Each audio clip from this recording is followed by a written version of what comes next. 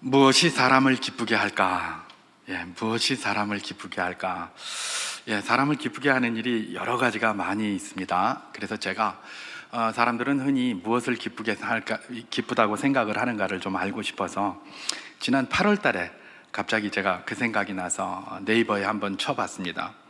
사람들은 일반적으로 무엇을 기쁘다고 생각할까라고 이렇게 한번 쳐봤더니 거기에 이렇게 글들이 이렇게 나와 있었습니다. 아마 그러나 이것은 지난 8월 30일에 제가 서베이한 거기 때문에 지금은 그 순서가 좀 바뀌었을지는 잘 모르겠습니다만은 아마 아직도 바뀌지는 않았을 것입니다. 그래서 제가 거기에 좀 특이해서 이렇게 스크랩을 해놨다가 오늘 본문에서 이렇게 좀 사용을 해보려고 준비를 해보았습니다.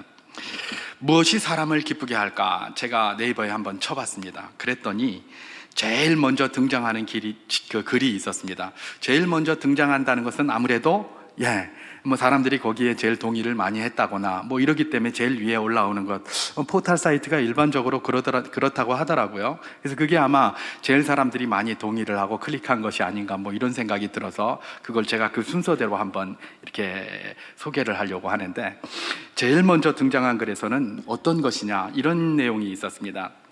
자신이 누군가, 즉 타인이죠, 타인의 성장이나 더 나은 변화에 조금이나마 도움이 될 때 기뻐한다라고 하고 있었습니다. 이게 여러 가지 기쁨의 일이 많을 텐데 제일 먼저 등장한 글에서는 자신이 다른 사람들의 성장이나 또 변화에 도움을 좀 주었다고 생각하는 것을, 그걸 느낄 때 가장 기쁘다는 겁니다. 이게 이제 사람을 기쁘게 하는 거라는 겁니다. 두 번째 글이 있었습니다. 두 번째 글을 한번 이렇게 보니까 그 일의 종류와 상관이 없이 자신이 즐겁게 할 수 있는 일을 찾아서 하는 것이 기쁘다고 이야기를 하고 있었습니다. 처음엔 뭐라고요? 자신이 다른 사람의 성장이나 변화에 뭔가 좀 도움을 주었다고 느낄 때, 이때가 가장 기쁘고, 그 다음에 또 언제가 가장 기쁘다고요? 자신이 그 일이 무엇이든 자신이 하고 싶은 일을 찾아서 그 일을 할 수 있을 때가 가장 기쁘다라는 게 두 번째 글이었습니다. 참 그래도 감사한 것은 제일 먼저에 나온 것이 자신이 찾는 일 기쁨이 아니라, 그죠? 타인의 성장에 도움을 준 것을 기뻐한다라고 이렇게 기록된 것이 제일 먼저 이렇게 나와 있다고 생각할 때에 이게 참 굉장히 기쁜 일이 아닌가 이렇게 생각이 됩니다만은, 그 뒤에 여러 가지 글들이 있었는데 글들이 전부 대동소이했습니다. 다 이런 것이었습니다. 그렇습니다. 사람들이 무엇을 가지고 기뻐하느냐? 사람에게 기쁨을 주는 일은 다양할 것입니다. 그러나 이 포털에서 보여주듯이 자신이 하는 일로 말미암아 타인이 조금이라도 변화가 되고 조금이라도 그들이 좀 더 나아지는 상황이라는 것들을 느끼게 되었을 때에, 그때 그 기쁨이란 말로 할 수 없다는 바로 그것입니다. 여러분, 우리 주님께서 우리에게 그렇게 말씀해 주셨습니다. 내 이웃을 내 몸과 같이 사랑하라. 왜 그렇게 말씀해 주셨을까요? 우리가 우리 이웃을 내 몸과 같이 사랑하면 마치 그 이웃만 유익할 거라고 생각하는데 그렇지 않습니다. 내 이웃을 내 몸과 같이 사랑하라는 것은 이웃에게도 유익이 되지만 누구를 위한 말입니까? 바로 자신을 위한 말입니다. 내 이웃을 내 몸과 같이 사랑하라.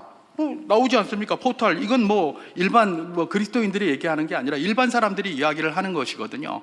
일반 사람들이 다 뭐라고요? 나로 말미암아 다른 사람들이 변화가 되고 타인의 어떤 변화가 느껴질 때, 그때에 기쁘다는 것 아닙니까? 그게 최고의 기쁨이라는 것 아닙니까? 주님께서 내 이웃을 내 몸과 같이 사랑하라고 하실 때에 바로 그 말입니다. 이건 이웃을 위해서만 그러는 것이 아니라 너 자신을 위해서, 너 자신의 큰 기쁨이 그것이니 그렇게 하라는 겁니다. 우리가 잘 알고 있습니다만은 한 10여 년 넘었습니까? 그때에 저 태안반도에 기름 유출 사고가 있었습니다. 그때에 그 엄청난 그런 피해 상황 속에서 대한민국의 모든 사람들이 거기 달려들어서 얼마나 그걸 닦아냈는지 말입니다. 그 기름을 닦아냈습니다. 그냥 헝겊으로다가 수건 걷어다가 닦아내고 말입니다. 세계에 유례가 없는 일입니다. 그거 하면서 그 가스 이런 거에서 폐가 상하고 그럼에도 불구하고 가서 그렇게 하는 겁니다. 왜요? 이게 하나님이 인간에게 주신 본성 가운데 하나에 해당이 돼요. 남을 시기하는 것도 있지만 남을 도와줘서 그들이 감사해하고 변화하는 것들을 보면 사람이 굉장히 기뻐합니다. 이게 하나님께서 인간의 양심 속에 심어준 그런 본성 가운데 하나인 것이죠. 그래서 하나님은 뭐라고 얘기를 합니까? 네 이웃을 사랑하라. 사랑하되 그냥 사랑하는 것이 아니라 네 몸처럼 한번 사랑해봐라. 그래서 그 이웃이 변화되고 그 이웃이 기뻐한다면 너의 기쁨이 크게 될 것이다. 바로 그 이야기가 거기에 있는 것입니다. 또 다른 하나는 뭡니까? 자기가 하고 싶은 일을 찾아서 하는 게, 이게 사람을 기쁘게 합니다. 여러분, 자기가 하고 싶은 일을 찾아서 한다. 그 일이 무엇이든 나쁜 일 아니겠죠? 도덕적으로 아니면 윤리적으로 성경적으로 법적으로 엉터리 같은 일을 하면 안 될 것입니다. 그걸 하면서 기쁨을 누리는 것은 아니죠. 그런 일을 하는 사람들은 기쁨이 없습니다. 그 속에 자기들의 목적만 있지요. 실제적으로 내가 하고 싶은 일, 내가 기뻐하는 일, 그런 비윤리적인 이런 일 말고 그런 일을 하면 자기가 기쁨이 있는 거예요. 여러분, 요즘 보십시오. 청년들 취업하기 어렵다고 하잖아요. 그럼에도 불구하고 우리가 잘 알고 있는 것처럼 그야말로 사기업체, 그러면 우리나라의 명문 3S 기업, 그죠? 3S입니까? SS 기업입니까? 거기에 취업한 사람들도 취업할 때 얼마나 좋겠습니까? 근데 1년 이내에 퇴사하는 사람이 엄청나게 많다고 그래요. 심지어 고시 패스 해놓고도 말입니다. 그 고시 패스 하려고 얼마나 고생을 했습니까? 그럼에도 불구하고 고시 패스 집어치우고 2, 3년 만에 다 때려치우고 나는 시골에 간다 이래서 시골 가가지고 하는 사람들도 여러 등장하고 있습니다. 여러분, 이게 뭘 이야기를 하는 것일까요? SS에 가는 것도 좋고 그 다음에 고시 패스하는 것도 좋지만 그건 내가 잘할 수 있는 것이 아니고 내가 즐거운 일이 아닌 거예요.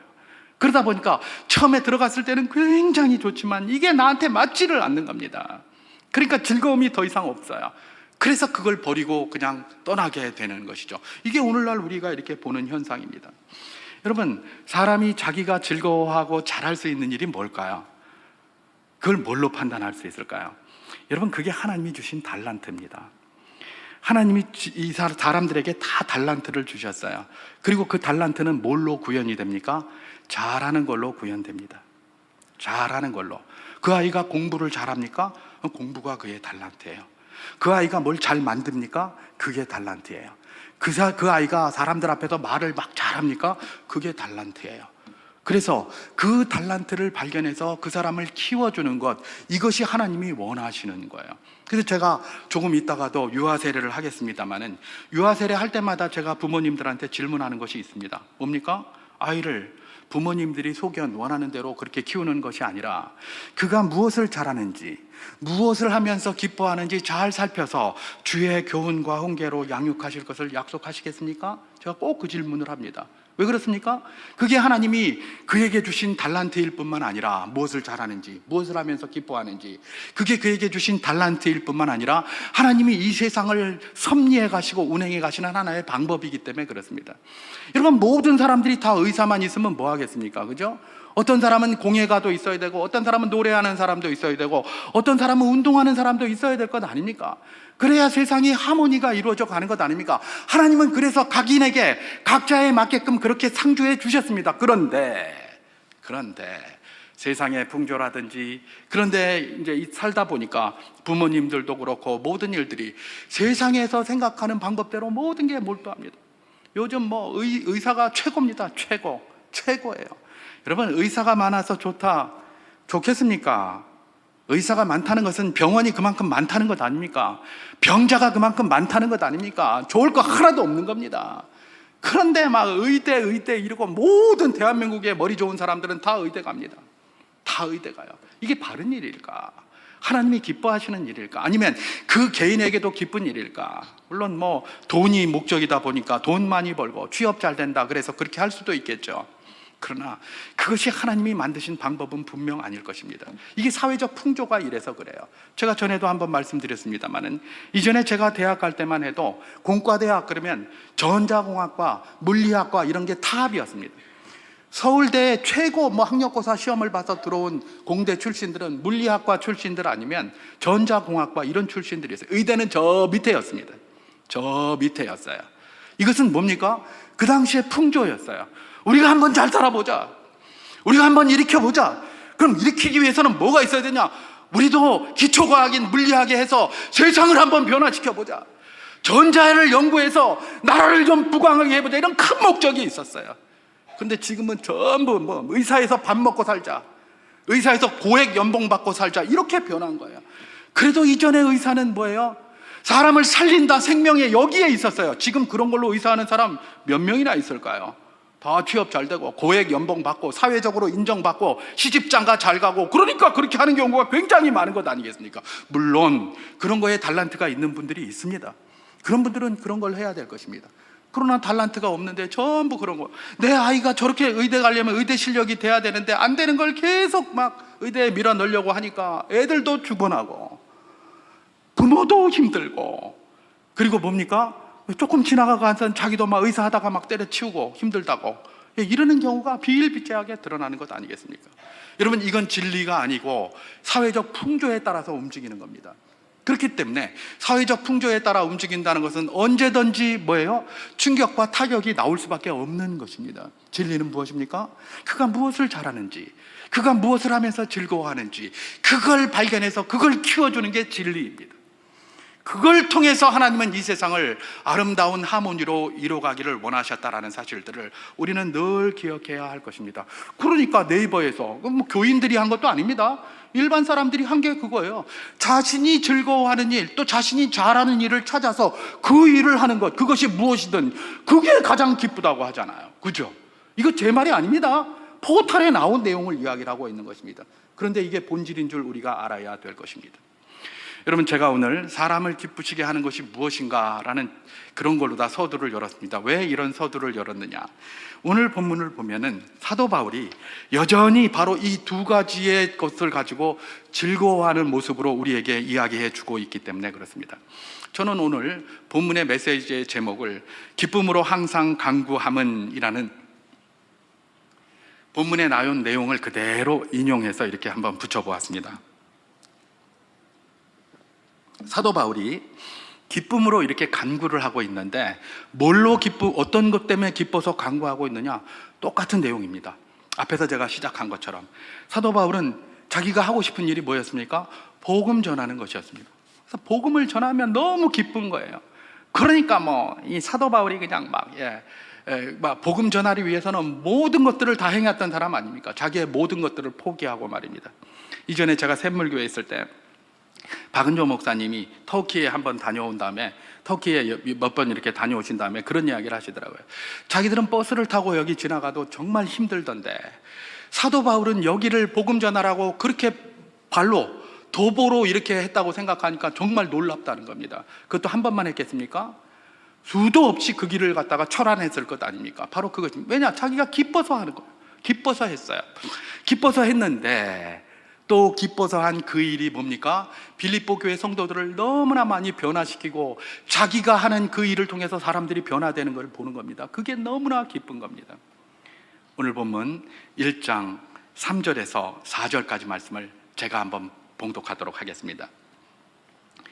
내가 너희를 생각할 때마다 나의 하나님께 감사하며 간구할 때마다 너희 무리를 위하여 기쁨으로 항상 간구함은, 이렇게 기록하고 있습니다. 3절에서 내가 너희를 생각할 때마다 감사하고, 하나님께 감사한다는 거죠. 그리고 빌립보회를 생각하면서 감사하며 기도를 하게 되니까, 간구를 하게 되니까 기쁨으로 간구가 되는 거예요. 기쁨으로 간구가 되는 거예요. 이게 얼마나 참 놀라운 일인지. 여러분, 우리도 많은 간구를 합니다. 그런데 간구할 때마다 기쁨으로 간구하는 경우가 그렇게 많지 않죠. 때로는 우리가 간구할 때에 애통함으로 간구할 때가 있습니다. 애통함으로 간구할 때, 예를 들면 성경에 인용을 하자면 다윗이 말입니다. 밧세바하고 범죄를 했습니다. 그리고 제일 첫 아들을 낳게 되었어요. 그런데 그 아들에 대해서 하나님께서 얘는 얼마 못 살고 죽을 것이다 라는 명을 하게 됩니다. 그러니까 다윗이 간구합니다. 하나님 이 아이를 살려주십시오 라고 막 간구를 합니다.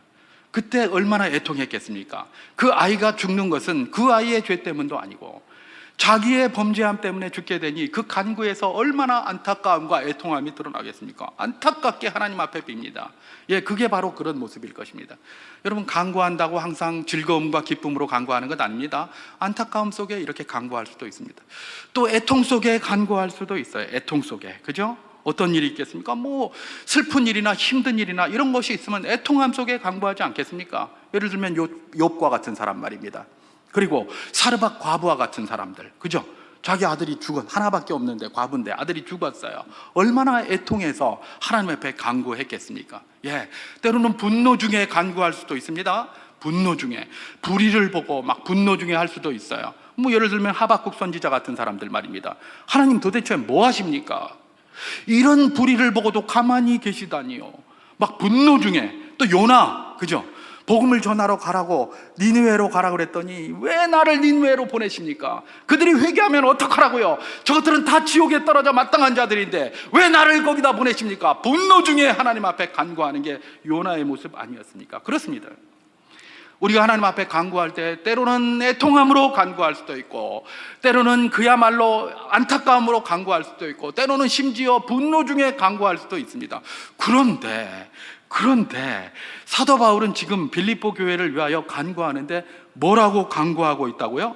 간구할 때마다 항상 너희를 위하여 기쁨으로 간구한다는 거예요. 아니 도대체 빌립보 교회가 어떤 교회길래 이 사도 바울은 그야말로 간구할 때마다 항상 기쁨으로 간구한다고 할까? 때로는 분노해서 간구할 수도 있고, 때로는 애통해서 간구할 수도 있고, 때로는 제 안타까움 속에서 간구할 수도 있을 텐데, 어떻게 빌립보 교회를 처음부터 그냥 끝까지 계속 항상 간구할 때마다 기쁨으로 간구한다는 말일까? 그 간구를 그렇게 하는 이유를 오늘 본문 빌립보서 1장 5절에서 6절까지는 이렇게 기록하고 있습니다. 제가 한번 봉독해 보겠습니다. 너희가 첫날부터 이제까지 복음을 위한 일에 참여하고 있기 때문이라. 너희 안에서 착한 일을 시작하신 이가 그리스도 예수의 날까지 이루실 줄을 우리는 확신하노라. 그렇게 기록합니다. 사도 바울이 기뻐하는 이유가 뭡니까? 사도 바울이 복음을 전했어요. 복음을 전했더니 빌립보 교회가 변하는 거예요. 처음에는 복음에 대해서 문외한이고 복음에 대해서 적대적인 사람들이 이제 복음을 받고 나서 이제 오히려 자기가 복음 전하는 자가 되어서 복음 전하는 일에 참여하고 있는 겁니다. 여러분, 사도 바울이 왜 기뻐하고 있습니까? 자기가 정말 하고 싶은 일인 복음, 그 전하는 일을 했어요. 근데 그것으로 굉장히 기쁨이 있었는데 거기서만 끝난 게 아니에요. 그걸 전해받은 타인, 다시 말해서 빌립보 교회 사람들이 그거에 영향을 받아서 엄청나게 변화하고 있는 겁니다.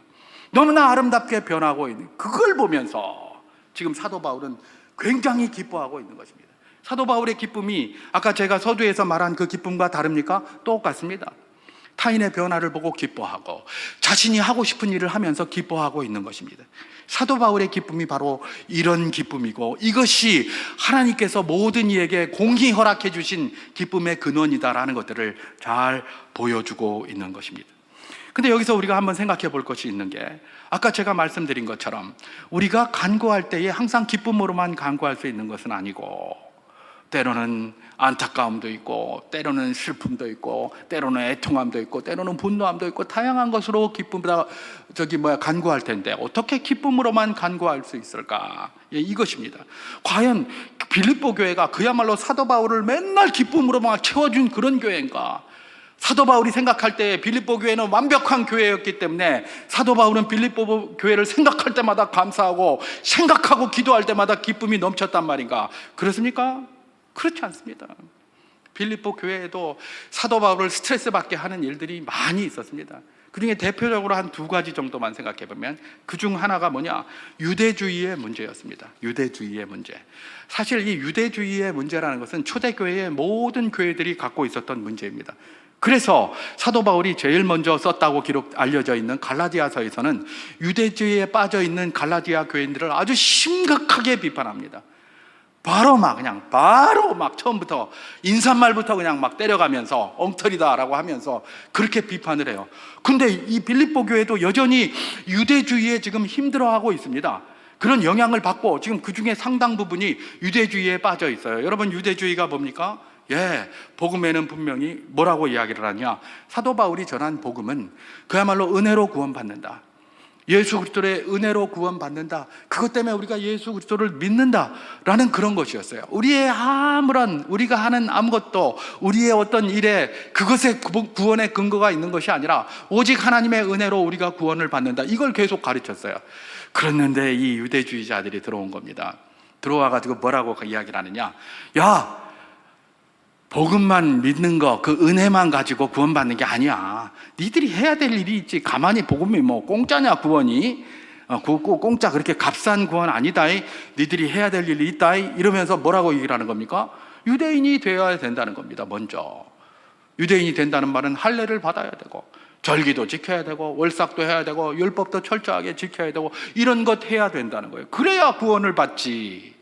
너희가 그런 식으로 해서는 구원받지 못한다. 어떻게 뭐 하나님의 은혜로 니네들이 가만히 있는데 구원을 받는단 말이냐. 이런 걸 자꾸 가르쳤고, 이게 그 교인들에게 계속해서 퍼져나가기 시작했던 것입니다. 여러분, 구원은 은혜로 받으시는 줄 믿으시기 바랍니다. 구원은 우리하고 아무런 상관이 없어요. 우리의 뭐하고는 상관없어요. 그러면 우리로 하여금 왜 율법을 지키라고 하고 하나님의 말씀을 지키라고 하느냐? 그게 우리가 구원이 조건이 돼서 그런 걸 지키라고 하는 게 아니에요. 구원받은 백성으로 당연히 지키는 거예요.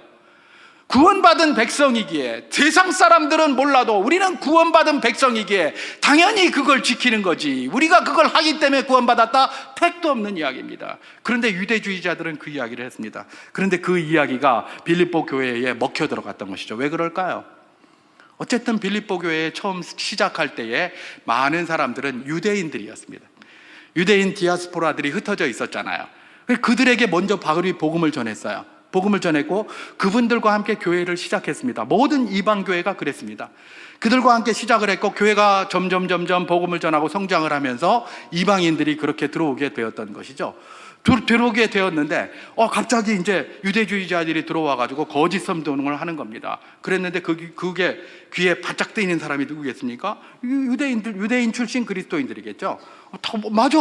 그래, 우리는 이전에 그랬다. 우리는 하나님의 약속으로 그렇게 했다. 그러면서 거기에 자꾸 휩쓸려 가기 시작하니까 이방인 출신들은 가만히 있다가 이건 뭐야? 우리가 할례도 해야 되고 이게 사도 바울이 가르친 것과 다른데, 이런 갈등이 생기게 되는 것이죠. 여러분, 초대교회에 이런 만연한 이런 갈등, 이런 것들이 교회에 얼마나 큰 문제를 일으키는지를 사실은 뭡니까? 우리가 성경을 통해서도 알고 여러 가지를 통해서 발견하는 것 아니겠습니까? 바로 그런 것들입니다. 그래서 사도 바울이 빌립보서 3장 2절 3절에서 이렇게 이야기를 하고 있는 겁니다. 제가 한번 봉독해 보겠습니다. 개들을 삼가고 행악하는 자들을 삼가고 몸을 상해하는 일을 삼가라. 하나님의 성령으로 봉사하며 그리스도 예수로 자랑하고 육체를 신뢰하지 아니하는 우리가 곧 할례파라. 이렇게 기록합니다. 유대주의자들에게 속지 말라라는 겁니다. 그들은 개들이라는 겁니다. 개들. 그리고 행악하는 자들이라는 겁니다. 그리고 그들의 말을 듣고 몸을 상해하는 일을 하지 말라라고 합니다. 그럼 몸을 상해하는 일이 뭡니까? 할례하지 말라는 겁니다. 할례하지 말아라. 그런 거 하지 말아라. 그런 몸 상해하는 일 말아고 하지 마라. 그거는 구원과 아무런 상관이 없다. 오히려 육체를 신뢰하지, 그건 다 육체를 신뢰하는 것이고, 우리는 육체를 신뢰하지 않고 오히려 주님께서 은혜로 구원하셨다는 것을 믿는 사람들이다. 우리가 진정한 할례파다. 그렇게 이야기를 하고 있는 것입니다. 이 지금 빌립보 교회의 큰 문제 중에 하나는 뭡니까? 유대주의의 문제였습니다. 그것 때문에 교회가 지금 흔들리고 있었어요. 이것은 그 복음을 전하고 거기에 교회를 세웠던 사도 바울의 마음을 굉장히 힘들게 하는 것이 분명했습니다. 또 다른 빌립보 교회의 문제가 또 하나 있지 않습니까? 그게 바로 빌립보서 4장 2절에서 3절에 기록되어져 있습니다. 제가 한번 봉독해 보도록 하겠습니다. 내가 유오디아를 권하고 순두개를 권하노니 주 안에서 같은 마음을 품으라. 또 참으로 나와 멍에를 같이 한 4개 구하노니 복음에 나와 함께 힘쓰던 저 여인들을 돕고, 또한 글레멘드와 그 외에 나의 동역자들을 도우라. 그 이름들이 생명책에 있느니라. 이렇게 기록합니다. 우리가 이미 알고 있는 것처럼 빌립보 교회는 두아디라 성의 루디아라는 그 여성의 이 집에서부터 시작을 했습니다. 다시 말해서 여성 리더들이 빌립보 교회의 핵심 위치를 차지하고 있었다는 겁니다. 그 중에서 유오디아와 숭두개, 좋은 향기라는 의미의 유오디아와 복덩어리라는 의미의 순두개, 이분들이 그야말로 여성 리더들이었는데 내 싸우는 겁니다. 그냥 내 싸워요. 물론 이들이 싸운 게 자기들의 입지를 위해서 싸운 것 아닙니다. 복음을 위하고 교회를 위해서 목적은 똑같습니다. 그런데 접근 방법이 달랐어요. 유오디아의 방법과 순두개의 방법이, 접근 방법이 다르다 보니까 사사건건 부딪히는 겁니다. 그래서 막 싸움이 일어나고 있습니다. 그런데 이 싸움을 보고 누군가가 상처를 받는 일이 생겼습니다. 여기 보면 3절에 뭐라고 이야기를 하고 있느냐? 참으로 나와 멍에를 같이 한 네 개 구하노니 이렇게 되어 있습니다. 이 자칫하면 여기 순두개가 네 개에 속한다고 생각할 수 있습니다. 아닙니다. 여기서 이 네 개는 제3의 여인이에요. 이 제3의 여인은 어떤 분이었냐면 사도 바울과 멍에를 같이 한 분이었어요. 여러분, 우리나라의 소의 멍에는 요즘은 멍에 쓰지도 않습니다만은 이전에 서로다가 쟁기질을 하고 이럴 때 멍에는 하나입니다. 요크가 이렇게 하나지만 저쪽 지역에는 두 개라고 했잖아요. 그죠? 두 개예요. 그래서 하나는 이제 경험이 많은 베테랑 소 한 마리에 딱 묶고, 다른 하나는 좀 경험이 부족하지만 힘이 센 젊은 소에게 이렇게 딱 묶습니다. 그렇게 해서 밭갈이를 했었습니다. 그런데 사도 바울하고 멍에를 같이 맨 분이 누구예요? 바로 이분이에요. 사도 바울이 노련하고 모든 것들에 좀 이렇게 성숙하지만 조금 부족하지만 힘이 있고 능력이 있는 그분이 멍에를 같이 메고 복음을 위하여 열심히 수고하던 분이었어요. 그 제3의 여인이 유오디아와 순두개의 다툼을 보면서 실족한 겁니다. 실족을 해가지고 어떻게 한 겁니까? 에이, 니들 잘났나? 그럼 니들 둘이 해봐라. 그냥 난 모르겠다. 그리고 뒤로 속된 말로 나자빠진 겁니다. 니들이 다 해먹어라. 그냥 난 모르겠다. 복음을 위해서 이렇게 저것들이 뭐 하는 짓이고, 교회에서 맨날 쌈질이나 하고 앉았고, 그 리더들이라는 것들이 쌈박질이나 하고 앉았고, 그리고 그냥 뒤로 그냥 나자빠진 겁니다. 나자빠진 거예요.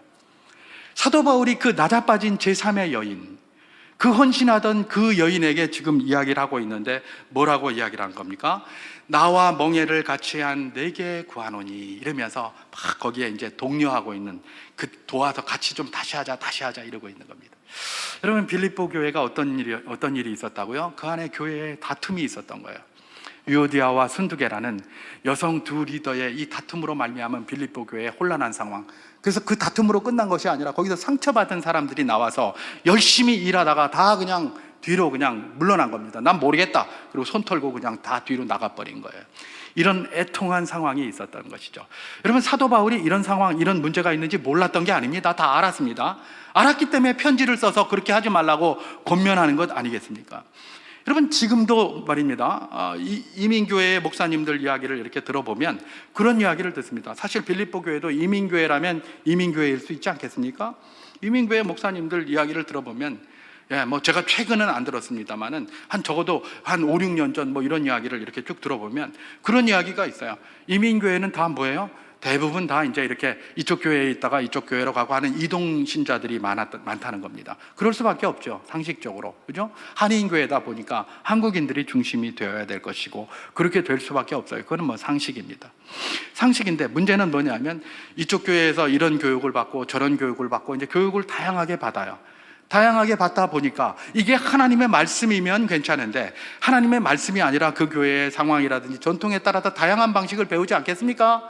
그러니까 다른 교회, 새로 생긴 한 교회에 모여가지고 서로 이제 이렇게 신앙생활을 하면서 이 사람은 이렇게 하는 게 좋겠다, 저렇게 하는 게 좋겠다. 그러면서 거기서 다툼이 자꾸 일어나는 겁니다. 왜냐하면 이게 하나님 말씀은 아니에요. 그래서 적용하는 방식, 교회를 잘해보자라고 하는 것은 옳은데 적용하는 방식이 이 교회에서 배운 것, 저 교회에서 배운 게 다 차이가 나다 보니까 우리가 옛날에 이 교회에서는 이렇게 했다, 저 교회에서는 저렇게 했다. 제가 항상 그럽니다. 어느 교회에서 뭘 했다 그런 말 자꾸 하지 말라고.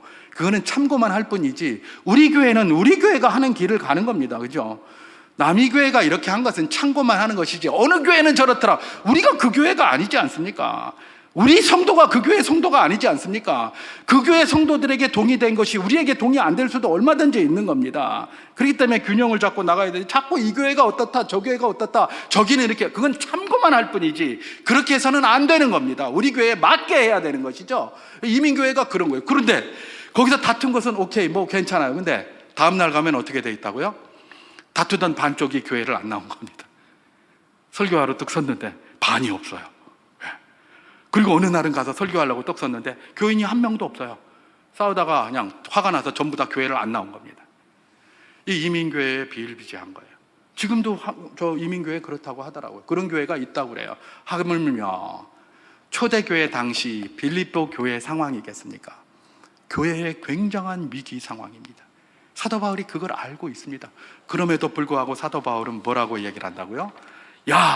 내가 너희들에게 간구하는데 기쁨으로 간구한다.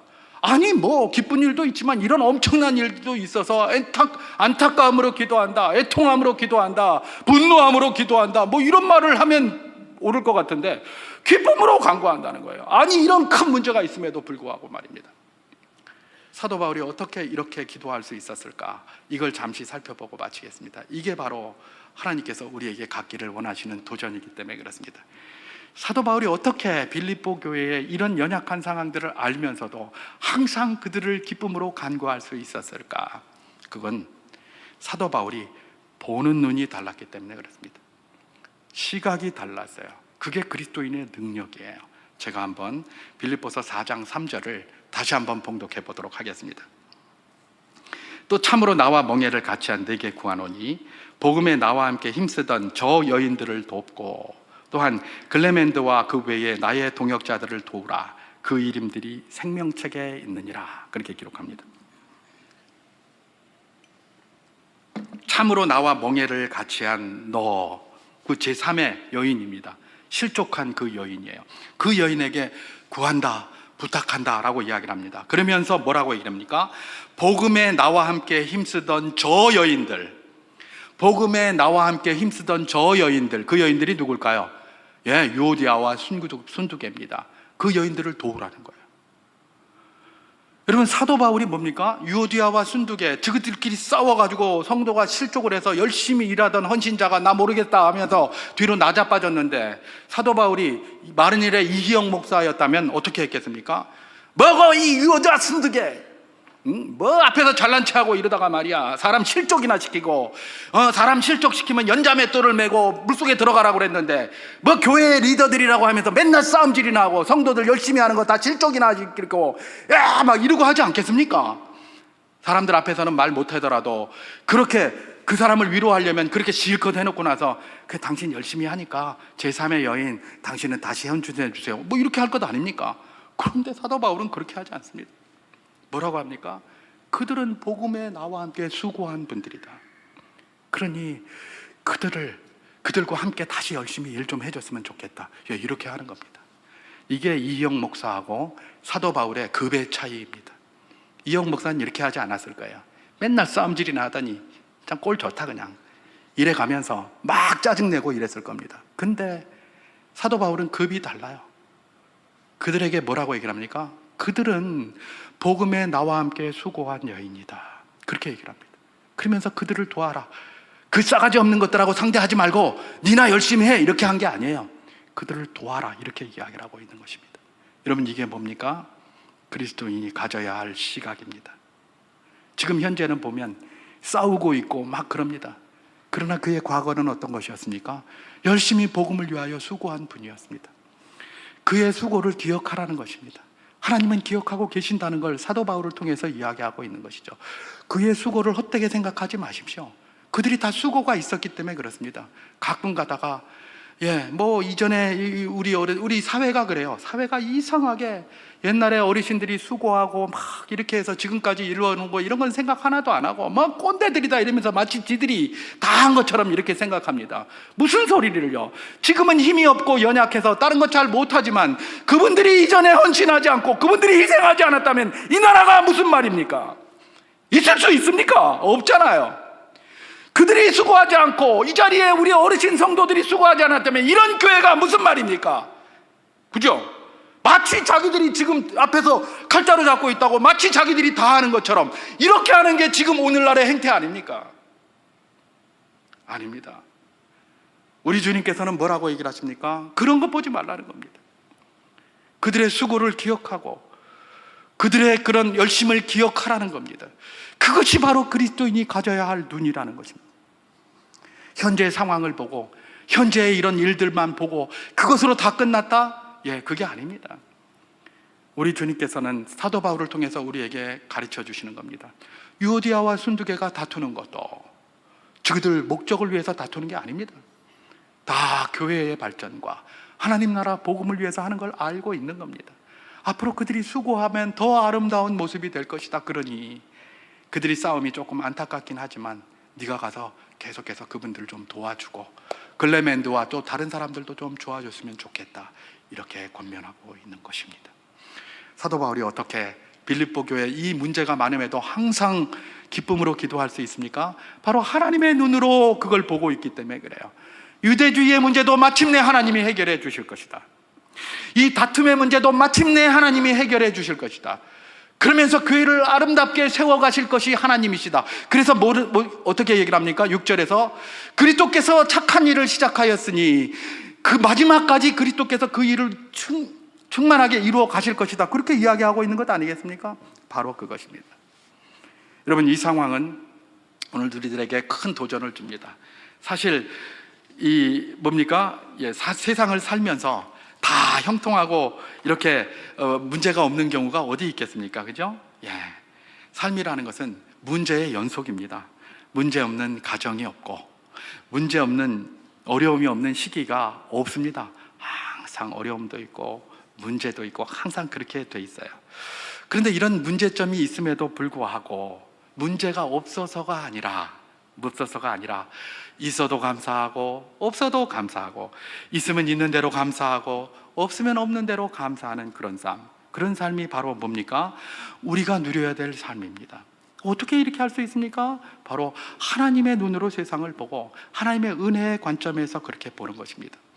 여러분, 제가 가끔 말씀을 드립니다마는 하나님은 지금 우리의 현재의 상황을 최선으로 우리에게 주셨습니다. 이보다 더 나은 것이 없습니다. 이보다 더 나은 것이 없음을 우리가 알고 하나님이 우리에게 주시는 모든 상황에 감사하는 눈을 가지는 것, 그것이 바로 무엇입니까? 우리 그리스도인들이 취해 나가야 할 자세라는 것입니다. 모든 것은 하나님이 가지시고 계십니다.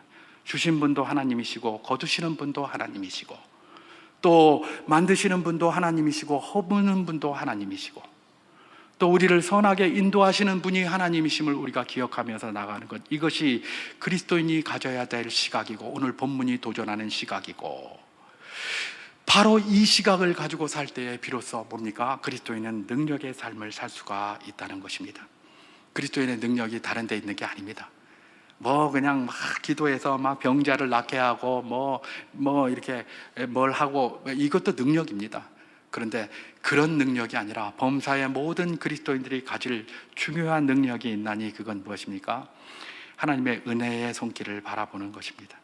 그것이 바로 우리 그리스도인에게 주신 하나님의 능력이고 그 능력으로 붙잡고 나갈 때에 우리는 범사에 감사할 수 있을 것이고 또 기도할 때마다 기쁨으로 간구할 수 있게 된다는 것, 그것이 바로 이 말씀이 오늘 우리에게 도전하는 것입니다.